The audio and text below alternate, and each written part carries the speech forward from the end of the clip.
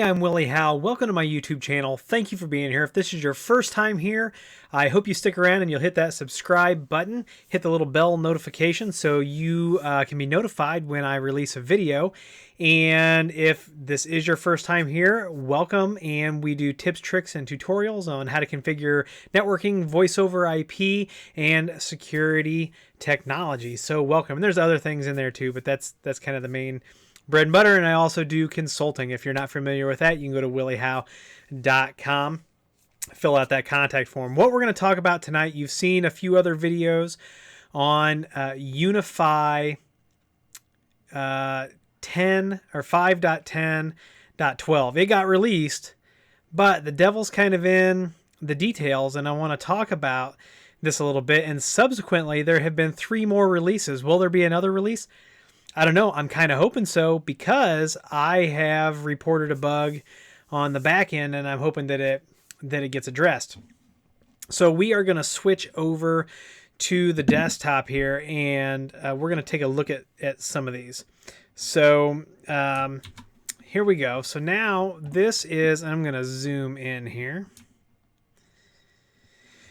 So this is the original 5.10.12 release. And if you're paying attention to this at all, you know what? Let's go back even a little further.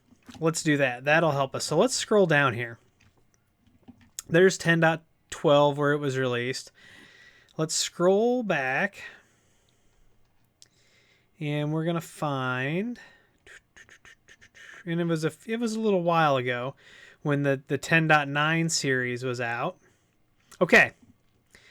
So check this out, and I may have made a big deal about this, maybe not, but back last October, UniFi SDN controller 5.9.29 was released. UniFi SDN controller. So at the 5.9.29 release, Ubiquiti was calling UniFi the UniFi SDN controller.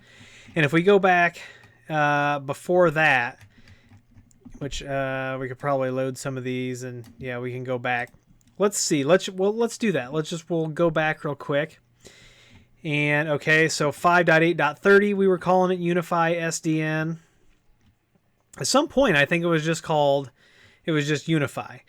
and then it went to UniFi SDN. Let's see. So SDN is appearing even on the 5.7. So that's probably where I talked about it. But you really need to pay attention to what Ubiquiti's doing, how they're phrasing things, the updates that they're doing, and all that good stuff. Okay, so back in the 5.6 line, you can see here that UniFi was just called UniFi. So it was UniFi 5.6.35 LTS, which was the long-term support. So that's back on 5.6.35, then 5.7, we turned into SDN. Then now they have renamed it to just UniFi Network Controller. So they've dropped the SDN, and now we are just calling it the UniFi Network Controller. Don't believe me?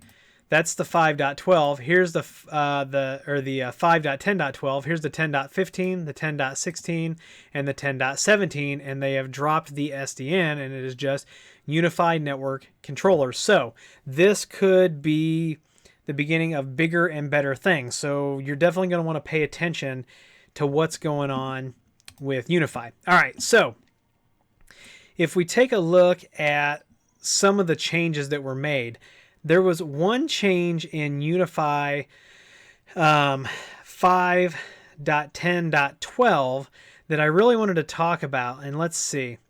Let me do a search for Mongo, and we'll see how many Mongos we have here. Let's see. Okay, so in 5.10.12, they now generate an event when the Mongo DB size exceeds 1.25 gigabytes on UniFi Cloud Key first gen only. So if that tells you, because of some of the shortcomings of that first gen Cloud Key, which was great until now we have this awesome second gen Cloud Key that's got the battery in it, it's got better hardware and all that. that just kind of tells you the gas and fire that we're dealing with MongoDB and how fragile it can be on that CloudKey Gen 1 if the power just gets cut. I think this is beautiful that they added this to generate an event when that MongoDB starts growing. So there's all kinds of other fixes.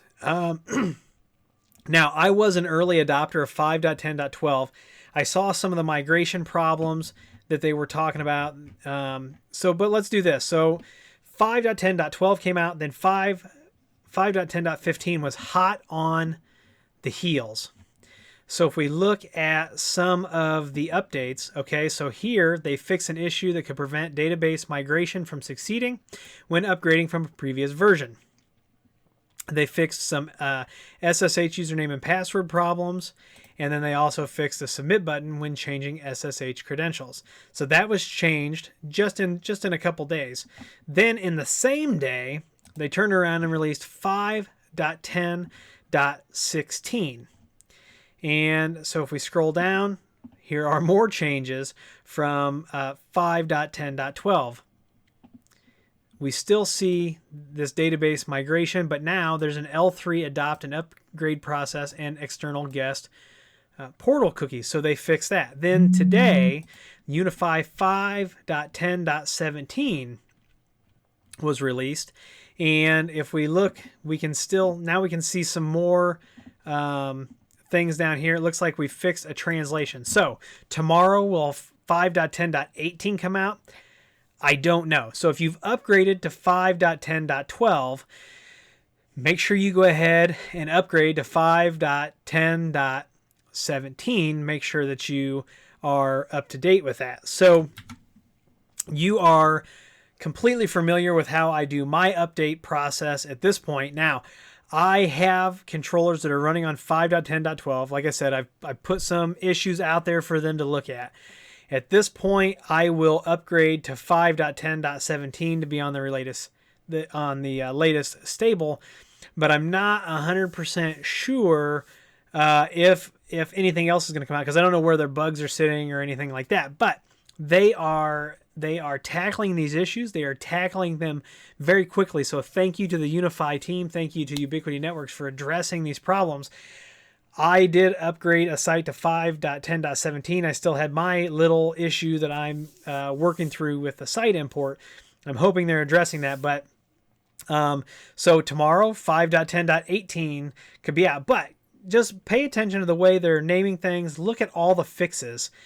Install it, play with it. Make sure you have backups if you're going to do this. Check out the new firmware for the devices, and you should really be familiar with this. But that wording, pay attention to that. This could give us an indication of where we're going in the future. I don't know any more than you do, but I do pay attention to some of these little details, and it makes me kind of think. But go out there, make sure you're staying up to date with these updates to make sure that all your security things are happening properly. And if you like this video, please give me a thumbs up. Please subscribe. Please comment and share. Please follow me on Twitter and Instagram. If you do need IT consulting, you can go to williehowe.com, fill out that contact form, and someone will contact you as soon as possible.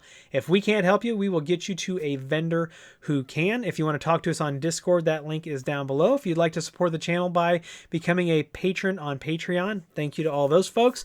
The link is down below. If you'd like to buy any of the gear you see here on the channel, the Amazon links are down below. It doesn't change your price, but it does kick a couple bucks into the channel to keep some of the gear rolling in.